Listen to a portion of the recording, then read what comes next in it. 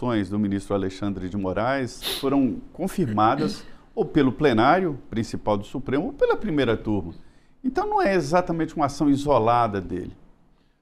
Me parece que ele capitaneia essas ações e os demais ministros, com raras exceções, uma exceção agora é o ministro Fux, né, que no julgamento de Bolsonaro, que começa agora dia 2 de setembro, deve discordar dos termos do relatório desse ministro Alexandre de Moraes. Mas tudo indica que ele vai ser pela condenação.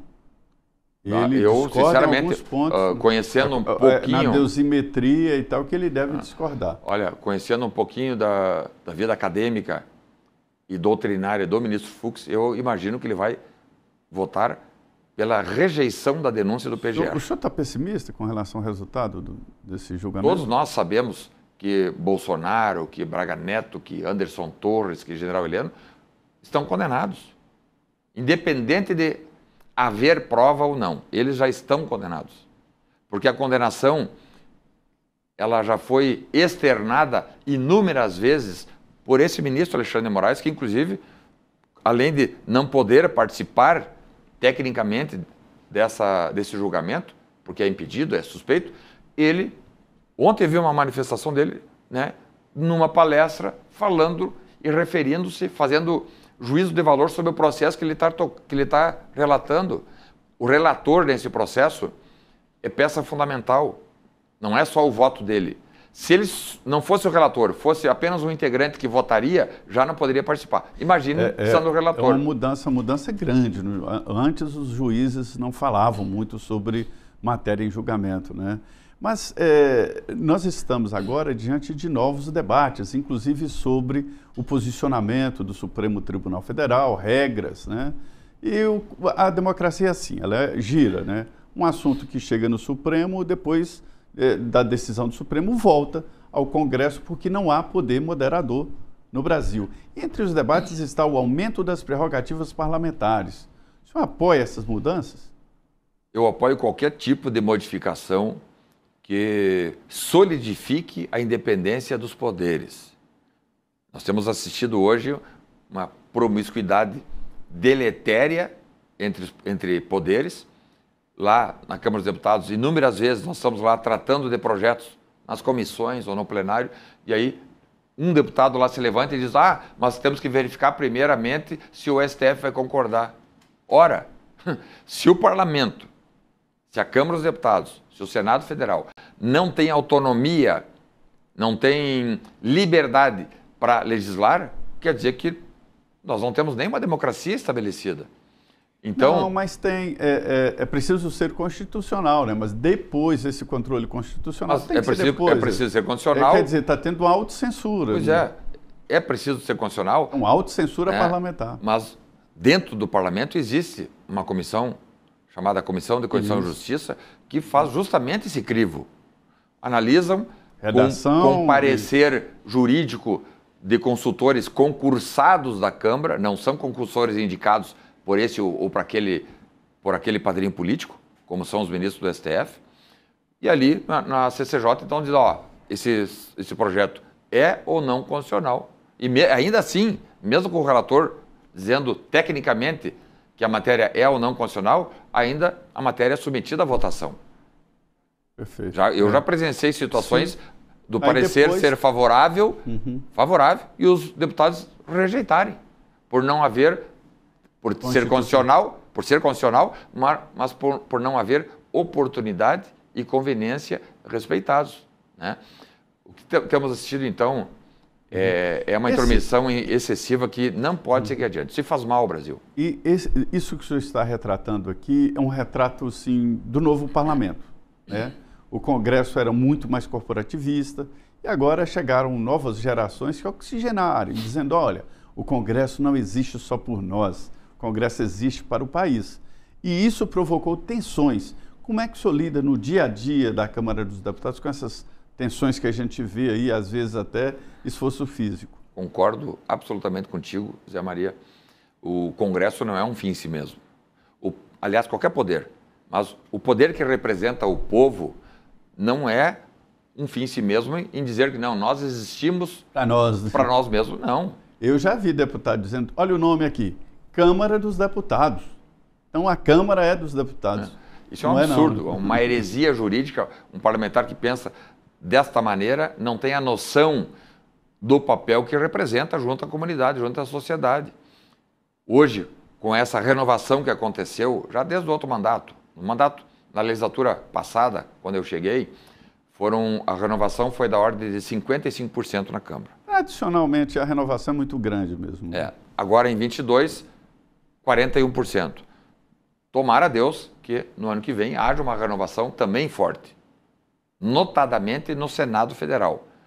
Não quero tirar a responsabilidade da Câmara, mas me parece, segundo nós temos observado, que o Senado Federal hoje é omisso frente a inúmeras demandas que são levadas pela população, inclusive, levadas ao Senado, e nada é feito.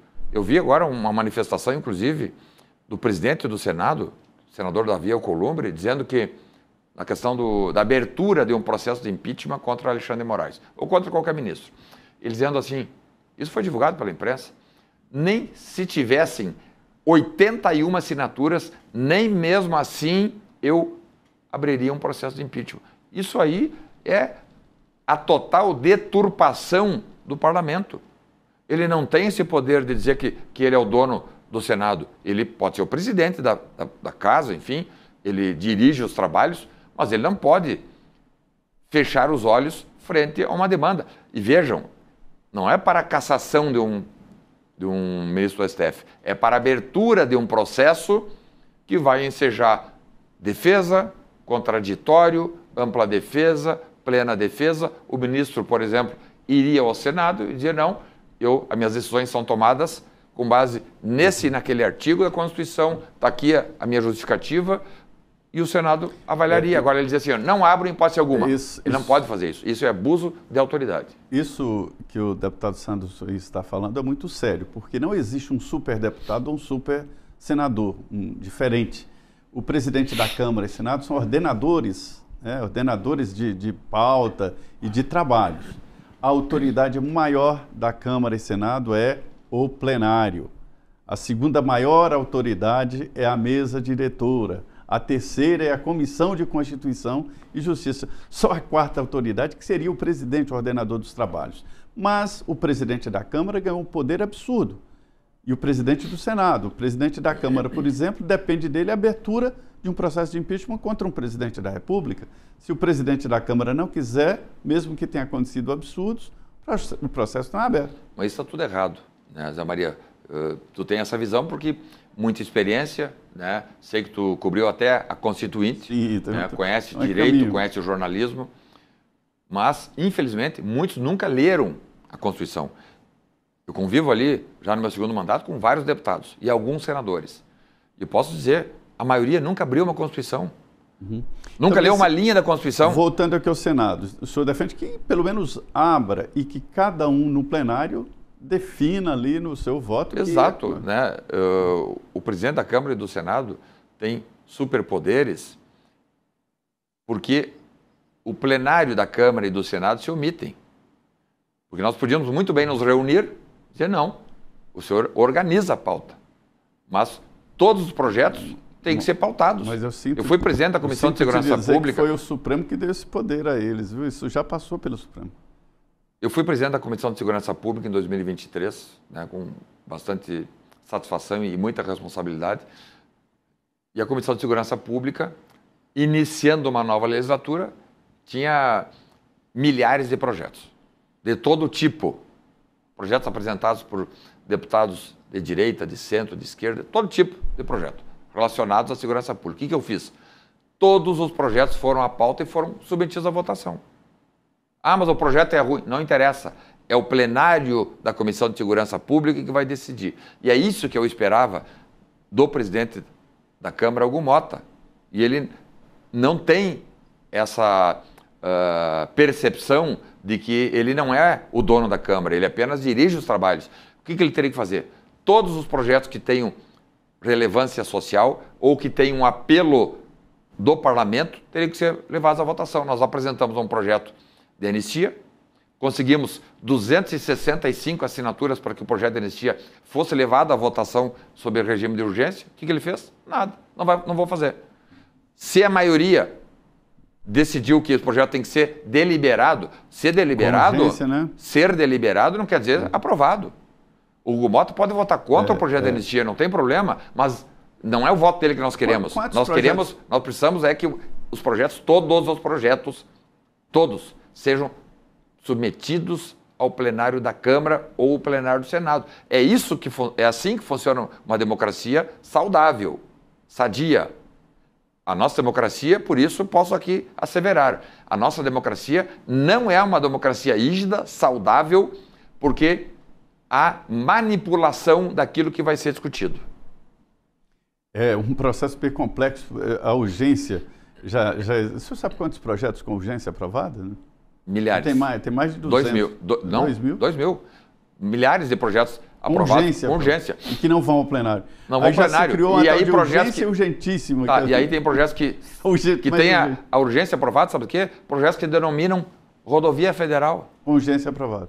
Projetos que denominam nome de ponte, ou projetos sem relevância social nenhuma. E a anistia, eu falo aqui da anistia, mas dá para fazer também tratar sobre o fim do foro privilegiado, que é uma proposta de emenda à Constituição que já passou no Senado, veio para a Câmara.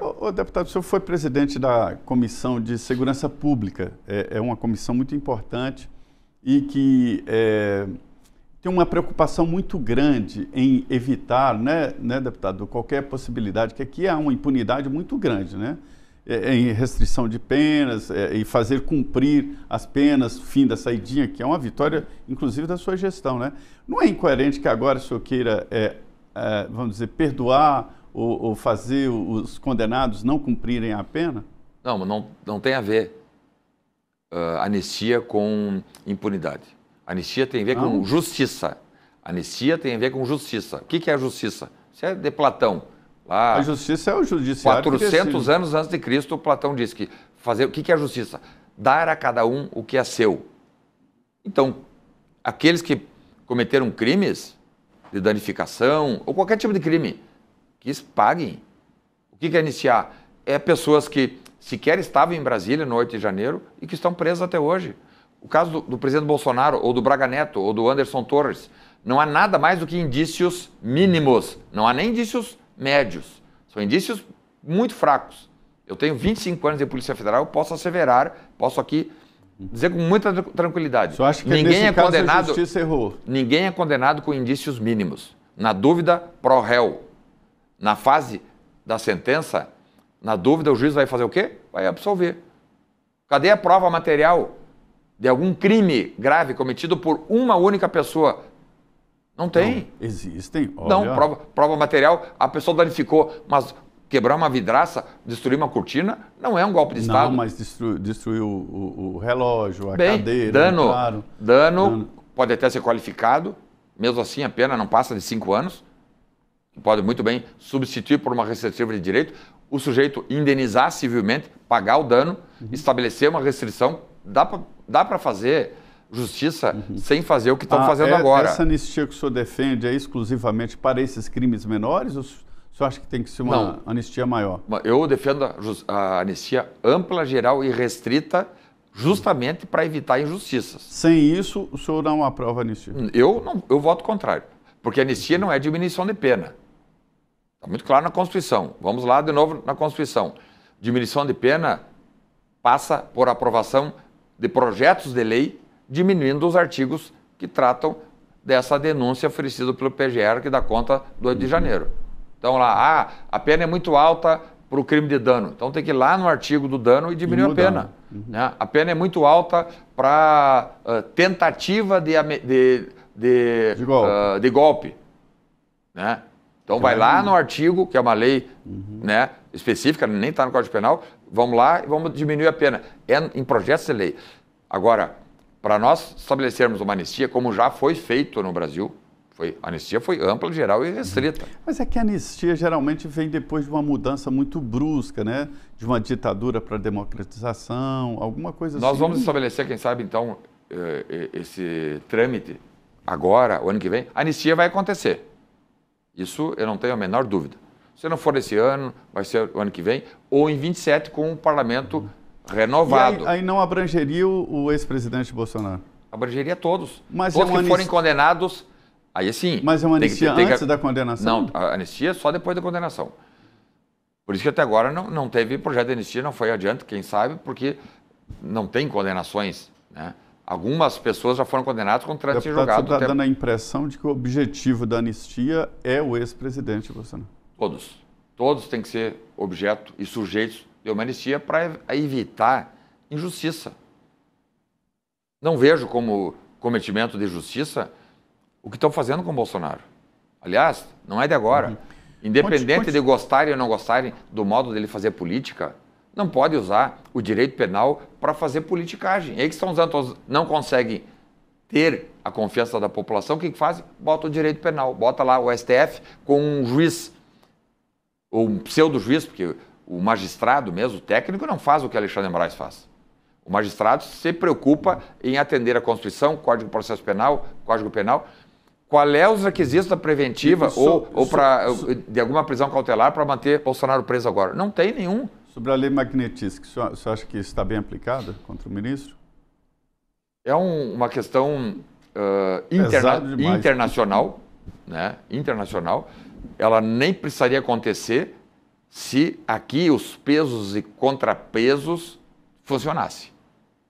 O Senado Federal, mais uma vez, o Senado Federal tem atribuições constitucionais para evitar que abusos aconteçam. O que nós temos presenciado aqui hoje, com o ministro Alexandre de Moraes, são abusos intermináveis. Nós temos informação até que os demais ministros do STF já estão se sentindo desconfortáveis porque não conseguem sair às ruas. Isso parece. Né?